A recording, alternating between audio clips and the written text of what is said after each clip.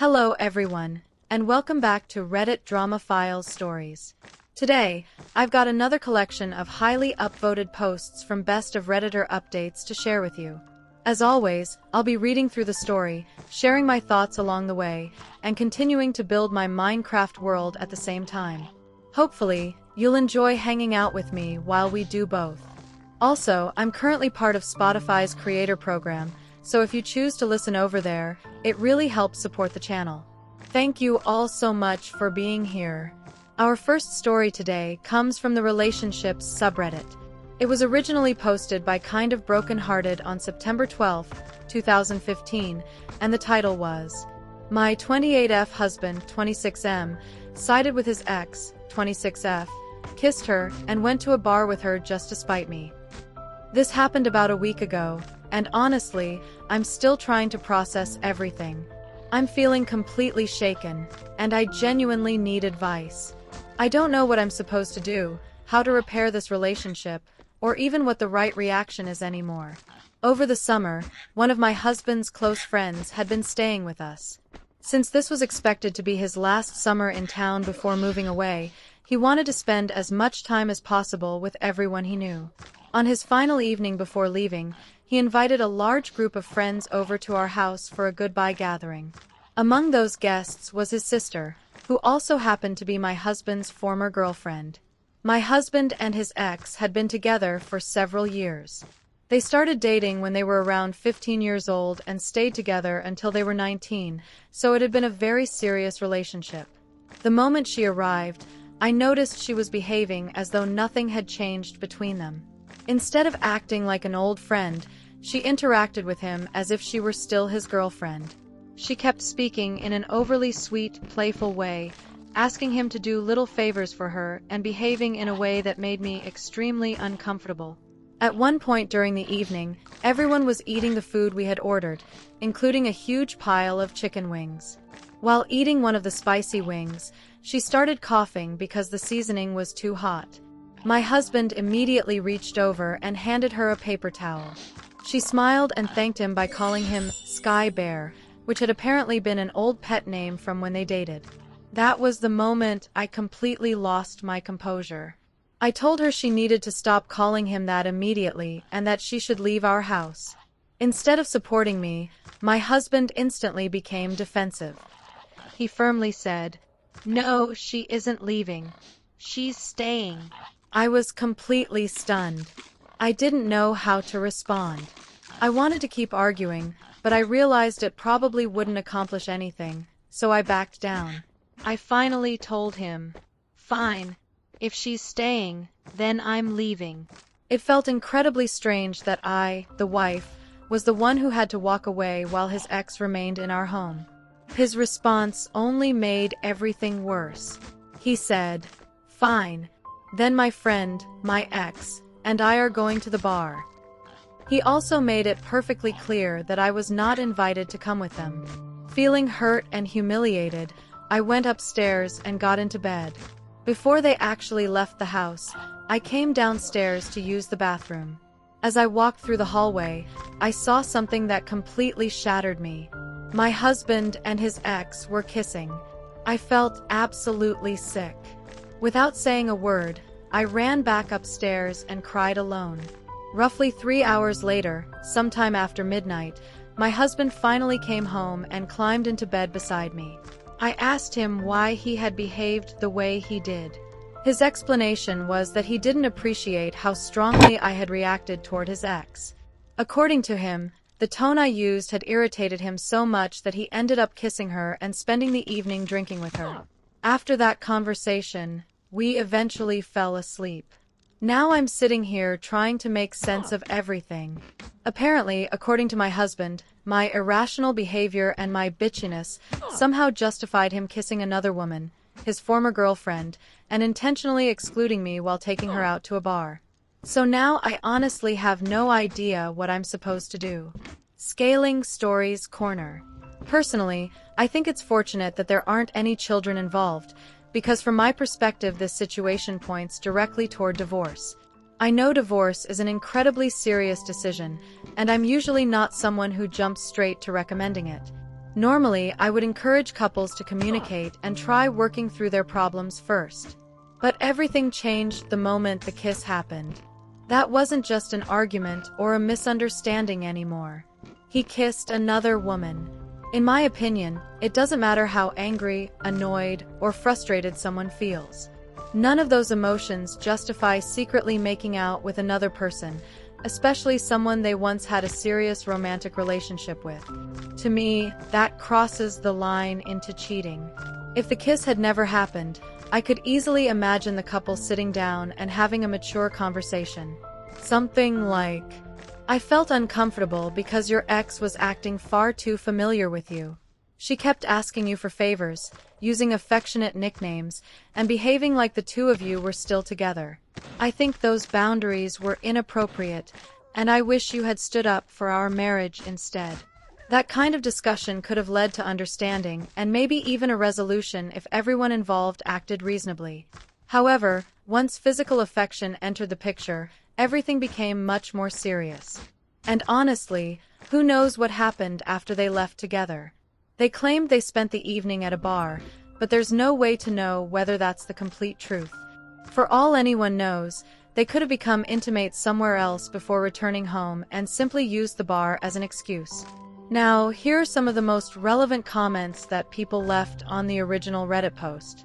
One commenter wrote, "Schedule a consultation with a divorce attorney. I'm not saying that as a joke or to be dramatic. The level of deliberate disrespect, cruelty, and betrayal your husband showed toward you is absolutely unbelievable." The second commenter wrote, "What really stands out is that he never even apologized. Instead of taking responsibility for what he supposedly did, he blamed the OP's attitude and tone as the excuse for his awful behavior." The third commenter added, "You said, 'Apparently my irrational behavior caused my husband to kiss his ex and spend several hours drinking with her while leaving me behind.' No, that's not what happened. Your husband's own terrible choices led him to kiss his former girlfriend. None of this is your fault. As his wife, you should be the most important person in his life. His ex should never come before you. The fact that your husband reacted by defending her instead of comforting you is incredibly disturbing. He cared more about protecting his ex than supporting his own wife. Take a moment to really think about what that says about him. If I were in your shoes, I would leave the marriage. The instant he chose her over you, and then kissed her, he showed that he no longer respected either you or the commitment the two of you made. And if he was willing to do it once, what guarantee do you have that it wouldn't happen again? People don't simply make out with their ex because their spouse got upset." Asterisk. A short time later, the original poster returned with an edit. "After reading everyone's comments, I finally found the courage to confront my husband. I honestly don't know how to explain what happened next. He looked completely confused. He insisted that nothing like this had ever taken place. According to him, he hasn't spoken to his ex in years, much less kissed her. He also said he would never invite her into our home without discussing it with me first. I messaged his friend to ask about that night. He told me he had absolutely no memory of ever inviting a large group of people over, including his sister. I even contacted another person who I remembered being at the party. He laughed and said he hadn't even been to our house for months. I sent both messages at nearly the exact same time, so there wasn't any opportunity for them to coordinate their stories. I'm terrified." Later, OP added another update. "My husband came home and immediately noticed how upset I was and how much of a mess I'd made around the house. He genuinely seemed frightened and believes something serious is going on. He gave me some NyQuil to help me sleep, and I'm getting ready for bed now. I don't think there's anything else I can say tonight. Good night. Thank you, everyone. I'm going to hand my phone to my husband now." A fourth commenter responded, "Hold on. What? That edit completely changes everything. Either this entire event was actually a dream, or everyone around you is somehow participating in an elaborate attempt to gaslight you. I'm honestly confused." The original poster replied, I honestly don't know what's happening anymore. I'm incredibly scared. Another commenter suggested, check your garbage. There should still be empty food containers. Also, how did everyone pay for the food? Unless it was all cash, there should be a transaction somewhere. OP answered, there's nothing. There should have been a huge pile of trash from the party, but I can't find any evidence at all. If I'd cleaned everything up afterward, I know I would remember doing it while still angry. Instead, the trash only contains the normal things from this week. There aren't extra dirty dishes lying around. There aren't any leftovers. And there should have been so much food, 3 large pizzas, 5 boxes of chicken wings, plus someone brought Chinese takeout. There were cases of soda everywhere, and now none of it exists. Even the paper towels are exactly where I left them. The roll is still full. Oh my God, I'm so unbelievably scared. I swear I'm not losing my mind. I'm really not. The 6th commenter wrote, that update is incredibly strange. Either you experienced an extremely vivid dream, or somehow everyone is pretending this never happened. OP replied once again, I don't understand. I'm so scared. Do you mean I dreamed the whole thing? Or am I somehow dreaming right now? I've been crying ever since I talked to my husband. I told him I just needed to sleep. None of this makes any sense. In another reply, OP explained, I've searched everywhere. There isn't a single piece of evidence that the party ever happened. I can remember the date when I believed it took place, but the more I think about it, the more impossible it seems. The more details I go over, the calmer I become because I'm starting to realize it couldn't actually have happened. My husband wants to take me to see a doctor tomorrow. Replying to someone else, she wrote, I'm terrified. I don't want to believe I'm losing my mind. But now that I'm thinking carefully, I don't remember my husband's friend ever talking about inviting people beforehand. The only thing I clearly remember is suddenly seeing everyone sitting around the table. I remember Grace staring at Sky. I remember Sky looking back at me. Everything before that feels blank. Responding to yet another commenter, OP continued, maybe it really was just a dream. I can't remember my husband's friend asking us whether it was okay to invite people over beforehand, which he always did. Especially his sister, because she'd never visited our house before.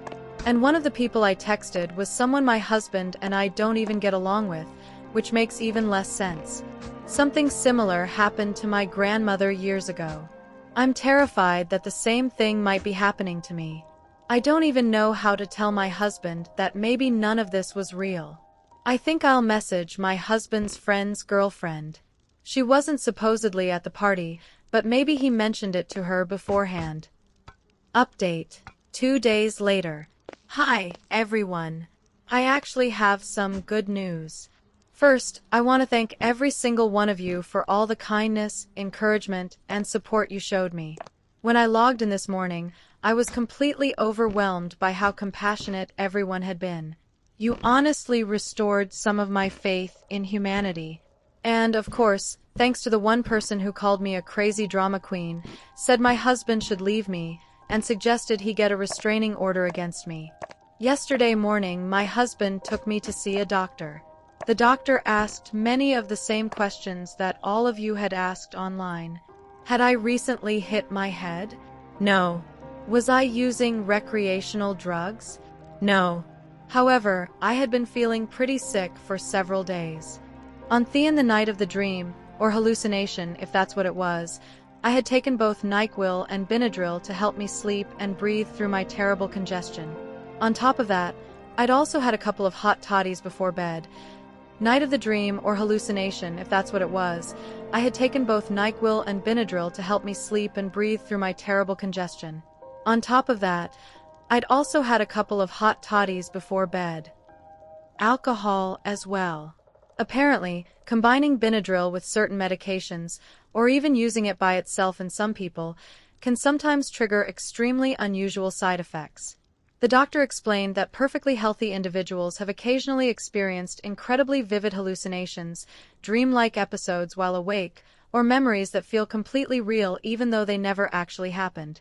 Because of that explanation, instead of sending me through a long list of expensive medical tests, the doctors concluded that what happened was most likely the result of an unexpected interaction between the medications and alcohol. They told me that if I ever experienced another episode like this, especially while completely sober, I should come back immediately. They also strongly recommended that I finally get myself a proper primary care physician. After the appointment, my husband brought me back home, and I slept for most of the day. For anyone wondering, while I was still panicking and under the effects of the medication, I even checked my husband's phone records. His ex's phone number wasn't anywhere in his recent calls or text messages. Scaling Stories Corner. I have to admit, this story gave me emotional whiplash. Seriously. One moment I was convinced this marriage was completely over, and the next moment it turns out the entire situation may have been caused by medication. That's honestly unbelievable. I guess the takeaway for everyone is pretty simple. Don't mix NyQuil, Benadryl, and alcohol. Also, I've been hearing a surprising number of strange stories involving Benadryl lately, especially on Reddit. Now that I'm thinking about it, I actually remember a friend mentioning years ago that Benadryl, or antihistamines in general, could really mess with your brain and cause bizarre reactions. At the time, I didn't think much of it. But after reading this story, maybe there was more truth to that than I realized. Now, here are some of the most relevant comments left under the update. One commenter asked, "Did anything ever come from something you mentioned earlier? You said this sort of thing happened to your grandmother and that you were afraid the same thing might happen to you." The original poster replied, "According to the doctor, my experience was most likely caused by the medications. He told me that if I ever have another hallucination, or anything similar that doesn't go away, I should schedule an appointment with a psychiatrist. As for my grandmother, she used to believe she'd seen aliens and would clearly remember conversations that had never actually taken place. But she also struggled with heavy alcohol and drug use throughout her life, so that may have played a role." Another commenter wrote, "I've taken Benadryl, diphenhydramine, as a sleep aid before, and I've definitely had some incredibly strange dreams. I even think I sleepwalked once or twice. I've also heard that taking very high doses can make people see things while they're awake, though definitely not the kind of things anyone would actually want to experience." OP responded, "I actually sleepwalk even without medication. About a week ago, I woke up sitting inside my car while it was about halfway to my workplace." "Wait, what?" she continued. "I had been dreaming that one of the animals under my care was dying. I work with animals, and in my dream I desperately needed to get there to save her and give her medicine." Another commenter immediately replied, "Whoa, hold on. That's an enormous warning sign regarding your sleep issues. You could have seriously injured yourself, or someone else. Please see a specialist and get a sleep study done. I'm shocked nobody else has pointed this out." OP answered, "I know. I feel terrible about it. Unfortunately, it's not something I can consciously control. The best I can do is make it more difficult. Now I leave my car keys inside the house and keep the car locked so I can't accidentally drive somewhere while I'm asleep." "Well, that certainly makes me feel a little better." Another commenter joked, "Isn't this basically DXM? If I'm remembering correctly, some people actually do this for fun." OP quickly responded, "Definitely not. I honestly don't understand why anyone would think an experience like this is enjoyable. It makes you feel completely out of your mind. While it was happening, I wasn't thinking logically at all. Earlier that day, I assumed my allergies were simply acting up because I started coughing and had trouble breathing, so I took some Benadryl. Later I realized I was actually coming down with a cold, so without really thinking, I also took NyQuil to help me sleep. After that I started getting chills, so I made myself a hot toddy. It helped me warm up, and I fell asleep almost immediately. Replying to another commenter whose post had since been deleted, OP wrote, "Thank you. I already feel incredibly stupid about everything that happened. The people here helped me realize just how dangerous the combination was." Aside from my husband, who is understandably upset, some of the comments saying I deserved this have been unnecessarily cruel. Whether people believe my story or not honestly doesn't matter to me. Of course it's helpful when people believe me because then they can offer advice. But the people saying they hope my husband divorces me or calling me insane, those comments actually hurt. I understand that this is the internet. But imagine if I were standing in front of you in real life, telling you what happened.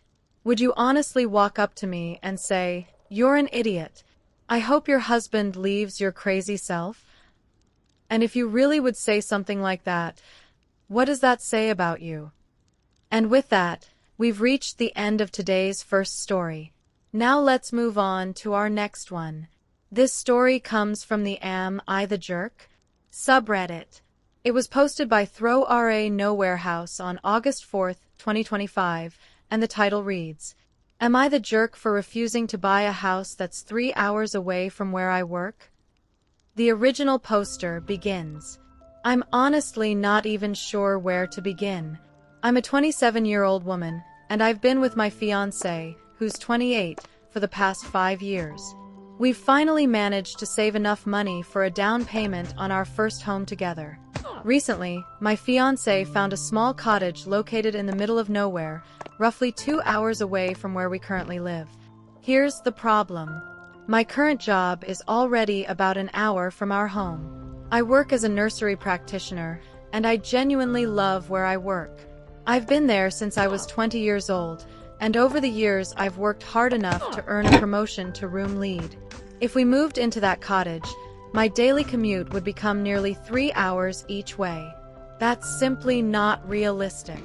Despite everything I've explained, my fiancé refuses to consider any other options. He keeps saying this house is perfect.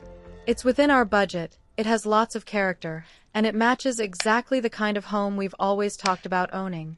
I've tried discussing the issue calmly several different times. I've pointed out that there aren't even any nursery jobs available in that area. Even if I found another position farther away, I'd probably have to start all over again from the bottom of the career ladder. His response is always the same. He insists everything will somehow work out if I would just stop worrying, thinking about it too much. He keeps telling me that I've been at the same workplace for years anyway, so maybe starting over somewhere new would actually be a good thing. There's another major concern that's been bothering me. I've always wanted to have children someday. It's something that's never been negotiable for me. Because of that, I don't think living somewhere so isolated would make sense for raising a family. If we had kids, we'd be responsible for getting them to school or nursery every single day before work and picking them up afterward. The closest school or nursery to the property he wants is about a 30-minute drive away.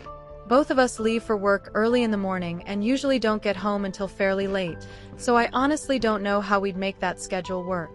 I'm also thinking about our future children once they're older. Growing up in such a remote area would mean they'd have to depend on us for transportation almost everywhere they wanted to go. If they wanted to visit friends, join after-school activities, or simply spend time with classmates, they'd constantly need us to drive them. If we weren't available, they'd have to cancel their plans. I remember how important independence felt when I was growing up, and I don't want our children to miss out on that. My fiancé insists I'm exaggerating everything.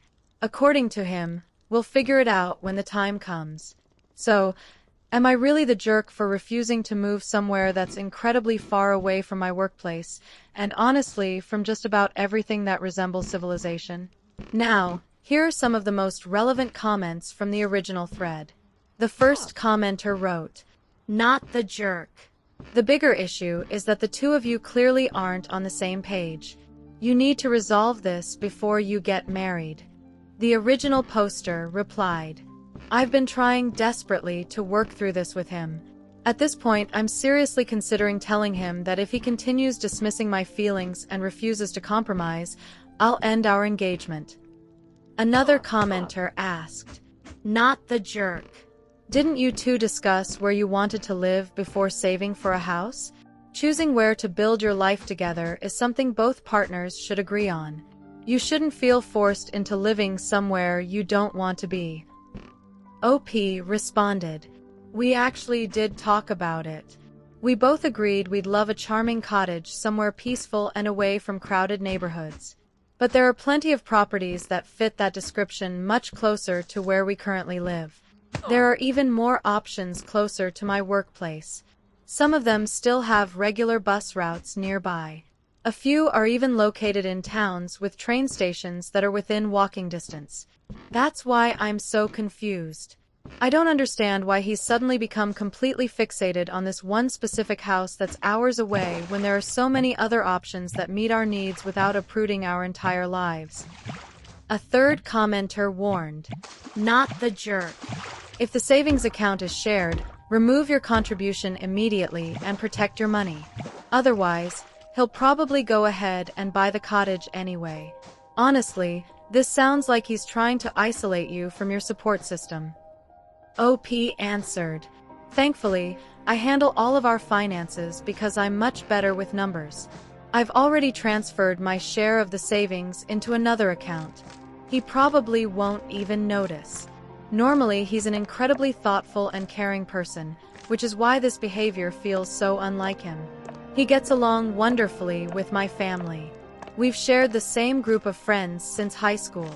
Because of that, I genuinely don't believe he's trying to isolate me.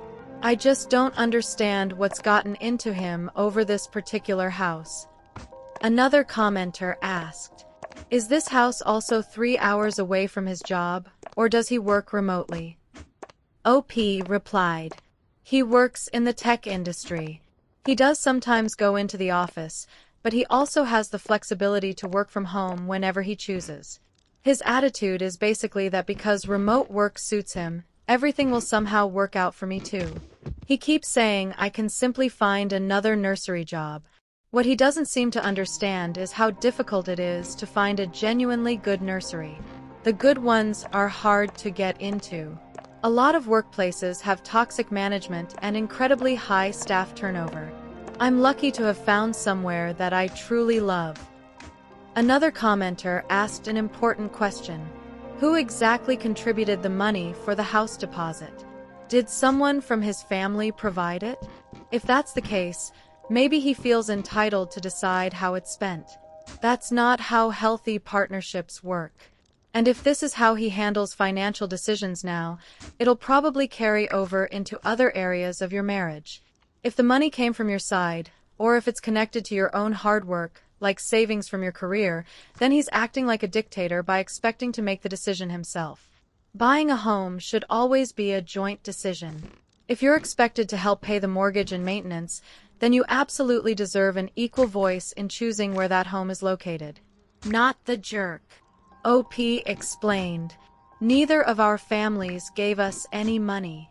We've both been saving independently for years. I had already built up savings before we started dating, and so had he. After we'd been together for a couple of years, we decided to combine our savings into one account for our future home. Looking back, that probably wasn't the smartest decision considering we weren't married. Ironically, even though I earn less than he does, I've actually contributed more money. I'm naturally pretty frugal and don't mind living simply. He's much more likely to spend money on holidays, expensive cars, and other luxuries." Update: 2 days later. I honestly didn't expect to have an update this quickly, but a lot has happened. Before anything else, I want to thank everyone who took the time to comment on my original post. Reading your perspectives really helped me. I also realized there were a few important details I forgot to include the first time around. My fiancé and I have officially been together for 5 years. However, we've actually known each other for around 12 years. Throughout all that time, and especially since we started dating, he has always been kind, thoughtful, and respectful of my feelings. This is completely out of character for him. Whenever we've had important decisions before, we've always followed the same rule. Both of us had to agree. If one person said no, then the answer was no. That system always worked well until now. Aside from this disagreement, our relationship has been genuinely happy. Every other week we'd make time for date nights. We enjoyed spending time together. Our long-term goals matched. Our values about relationships and the future were always aligned. Before we became a couple, he watched me struggle through several unhealthy relationships. He saw firsthand how badly I had been treated. He always made a conscious effort to be nothing like my previous partners. The only personality trait he's consistently had is that he can sometimes be a little stubborn when it comes to physical intimacy, which has always been one area where we've had occasional disagreements. Aside from that, though, our relationship had been wonderful. We'd also spent countless hours talking about the kind of home we hoped to buy together someday. From the very beginning, we both agreed that we wanted either a cottage or a house that was no farther from my workplace than where we currently lived, ideally even closer. We wanted somewhere peaceful and a little more secluded, but still close enough to a town or city that we could easily reach it by car or public transportation. That's why I still can't understand what suddenly changed. I have no idea why he became so determined to buy a house that was miles away from everyone and everything we know. For context, we live in the UK, where driving for 2 hours can feel like you've entered a completely different part of the country. Anyway, here's what happened.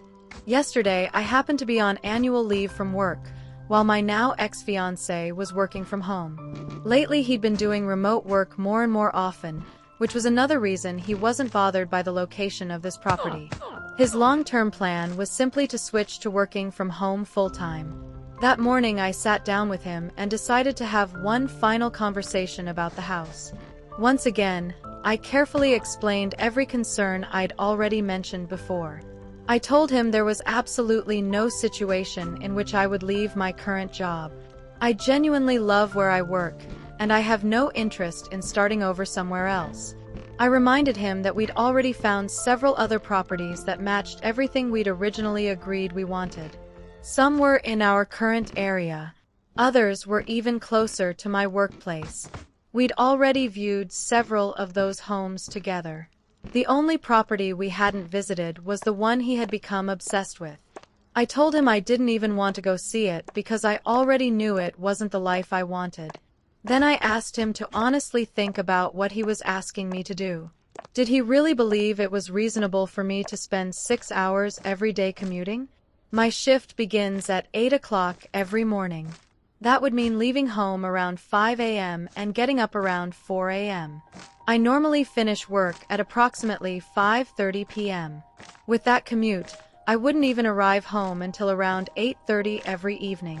I asked him another question.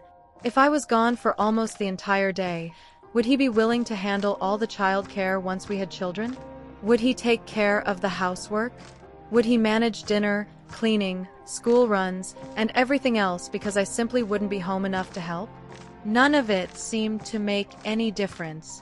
He barely acknowledged anything I said. Instead, he continued insisting that I could always get another job. He even suggested I could leave childcare altogether and work in a completely different field. That was the moment something inside me finally broke. Working with children has been my dream ever since I was a little girl. I worked incredibly hard to build the career I have today. How could I possibly throw all of that away? Then he looked at me and said he wasn't changing his mind. I had 2 choices: either accept the house or leave. So I chose to leave. I took off my engagement ring, handed it back to him, and told him our relationship was over. I explained that he was no longer acting like the thoughtful, considerate man I'd fallen in love with. I couldn't understand why he refused to even acknowledge my perspective. I didn't want to build a future with someone who completely dismissed my feelings whenever they became inconvenient. He looked absolutely stunned. Almost immediately, he began begging me to reconsider. He kept saying we could still work everything out somehow.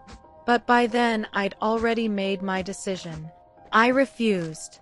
Instead, I started packing my belongings. Right now I'm staying with my brother and his wife. In many ways, it's actually worked out well because they live only about 30 minutes away from my workplace instead of the hour-long drive I used to have. I also get to spend much more time with my 2 little nieces, which has been wonderful. I'm hurting. Ending a 5-year relationship hasn't been easy. At the same time, it honestly feels as though an enormous weight has been lifted from my shoulders. I deserve to have my opinions respected. And, unfortunately, he simply wasn't doing that anymore. So now it's time to move forward. As people say, onwards and upwards. Although one thing is certain. After everything that's happened, I won't be dating anyone again for quite a while. Now, here are some of the most relevant comments from the update. One commenter wrote, "He still didn't back down." When he said, "We can figure something out," he was really saying that his original plan was still on the table. He simply wanted to keep negotiating even after you ended the engagement. That man was unbelievably determined to buy that house. Another commenter added, "Wow. He genuinely believed he could pressure you into giving in. Because you were engaged, he assumed you'd never actually walk away. Then you called his bluff. The moment you ended the relationship, he realized he didn't have nearly as much control over the situation as he'd convinced himself he did. Good for you. If you'd stayed, he almost certainly would have used that same tactic over and over throughout the marriage." A third commenter wrote, "Earlier you mentioned that the 2 of you had saved enough money for a down payment. If that money is sitting in a joint account, calculate exactly how much belongs to you, including any interest, and withdraw it immediately." OP later replied, "Hi everyone. Sorry I've been away for a while. Life has been incredibly busy. Before I left my ex-fiancé, I withdrew every penny that belonged to me from our shared savings. The money is completely safe now in my own personal bank account." Second update. 4 months later. Hello again, everyone. Sorry I've been almost completely absent these last few months. Life has been unbelievably busy. I noticed several people asking how things turned out, so I wanted to come back and share another update. I also discovered that one of my favorite Reddit story creators actually featured my post on TikTok. That completely shocked me. I honestly never imagined my story would end up anywhere outside Reddit. First, I wanted to talk a little about how life has been since ending my engagement. It's definitely been a mixture of highs and lows. I've started seeing a therapist. I also rented a small apartment close to my brother's home. I'm still living very modestly while rebuilding my house savings using the money I took with me after the breakup. To clarify once again, that money was entirely mine. I'd contributed the majority of our savings. I never touched any of the money that belonged to my ex. The apartment is tiny, but it's comfortable. Best of all, I don't have to clean up after the constant mess my ex always seemed to leave behind. Recently, I was offered a promotion to become assistant manager at work. The salary increase would have been nice. But after thinking carefully, I turned it down. I simply love working directly with the children too much. I don't want to spend most of my day sitting in an office. I'm perfectly happy remaining a room lead. I genuinely adore my job. The workplace continues to be wonderful. I've become close friends with several newer members of staff. Every now and then a few of us get together after work for dinner or drinks. We've jokingly started calling it our little single ladies club. Unfortunately, life also brought an enormous loss. In September, my amazing father passed away suddenly at only 65 years old. He was one of the kindest, strongest people I've ever known. After leaving my ex, I leaned on him heavily for emotional support. Losing him has been devastating. He left me a significant inheritance. Although the legal process is still being finalized, my plan is to put every penny into my future house fund. If everything goes according to plan, I'm hoping to own my own home by the summer of 2026. I also adopted an adorable little tortoiseshell cat to keep me company. Her name is Lily. She's incredibly affectionate and loves nothing more than cuddling beside me. Slowly, I've started easing myself back into the dating world. Along the way, I also realized something important about myself. I've discovered that I'm attracted to women. So lately I've been going on a few casual dates with some wonderful women. Nothing serious yet. I'm definitely not ready for another committed relationship. But it's been nice reconnecting with people, exploring this new chapter of my life, discovering what feels right for me, and learning where my personal dating boundaries really are. Overall, even though things have been difficult and at times heartbreaking, my life has genuinely improved. On the topic of my ex, I truly feel like I dodged a massive bullet. My sister has told me repeatedly that I allowed a man to disrespect me for far too long. The person I thought he was turned out not to be who he really was at all. Looking back, I now recognize that one of the earliest warning signs was how persistently pushy he was about sex. One of the commenters on my previous update even described him as a sex fiend. Through therapy, I've come to understand that coercion is not consent, and I've been actively working through that realization. Since we broke up, I've also learned that he has been posting on Instagram about being an alpha male and claiming that any woman would be lucky to have him. According to mutual friends, he has been consuming a lot of toxic, misogynistic content online and now repeats those kinds of views to anyone who will listen. On top of that, he is already dating someone new, someone who is significantly too young for him at just 19 years old. Honestly, it's disturbing. I don't think I'll ever fully understand why he was so determined to move me so far away from everything and everyone I care about. However, I do think the commenters were right in suggesting that he likely wanted me to quit my job and eventually become a stay-at-home mother. Without my contribution to our savings, he wouldn't have been able to afford the house he had in mind, so now he is left staying in our old flat. After I left, I did have to see him one final time to collect the rest of my belongings from the shared home. He tried to talk to me and asked if we could repair things between us. I ignored him completely, took what I needed, and left without engaging. I have since blocked him everywhere, and I have no intention of reopening any line of communication. He is not worth my time or emotional energy. During that relationship, I feel like I lost parts of myself. I forgot that I am a strong, independent woman. I have always been outspoken and willing to stand up for myself, but somehow in that relationship, those traits faded. Now, those parts of me are back stronger than ever, and I couldn't be happier about it. I've regained my confidence and have been using it to stand up for what I believe in. I've attended several marches and demonstrations supporting Palestine over the past few months, shouting, holding banners, and waving flags. I've also become more involved in advocating for children's rights. I've joined different clubs and community groups, and I feel like I've finally found my voice again. Thank you all for your support, advice, and encouragement. Honestly, I don't think I would have had the strength to leave or stay away without the help and perspective I received from your comments. Now, here are some of the top and most relevant comments from the update. One commenter said, 19? That poor girl. The OP replied, I really want to reach out to her and warn her about what he's like, but my sister and friends have advised me not to, because it could end up causing more trouble for me. She's so young, and I honestly worry for her. Third update. 6 months and 3 weeks later. 6 months into the year already. It's honestly gone by so quickly. I just want to say thank you again to everyone who has continued to support me and my previous updates. I don't have a huge amount to report, but as of May 21st, I can officially say I am now a homeowner. I found the perfect house, just 15 minutes away from my workplace. It may not be the remote countryside cottage I once imagined, but it's absolutely perfect for me. It belongs to me, and me alone.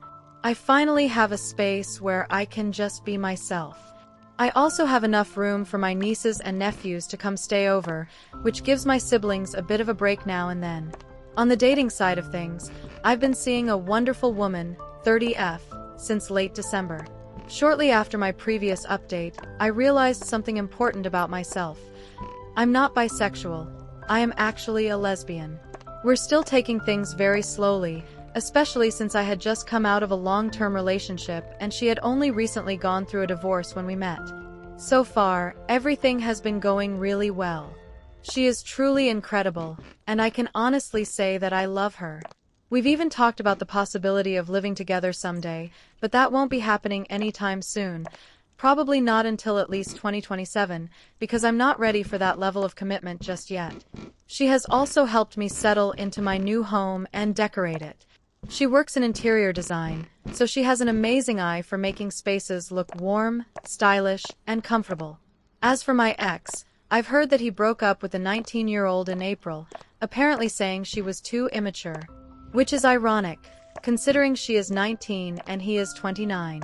I haven't really heard much else about him because I genuinely don't care to follow his life anymore, but what I have heard hasn't been good.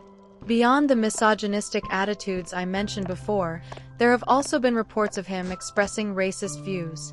I didn't include that earlier because it didn't feel relevant at the time. For context, I am mixed race. My mother is black, and I am visibly half black. He was engaged to a woman of color, yet he still holds racist beliefs. All in all, my life is good now. I escaped someone who, in hindsight, likely never truly loved me. I hope everyone reading this has had a great year as well. Here's to new beginnings. This may not be a dramatic update, but I wanted to share it to show that things really can get better.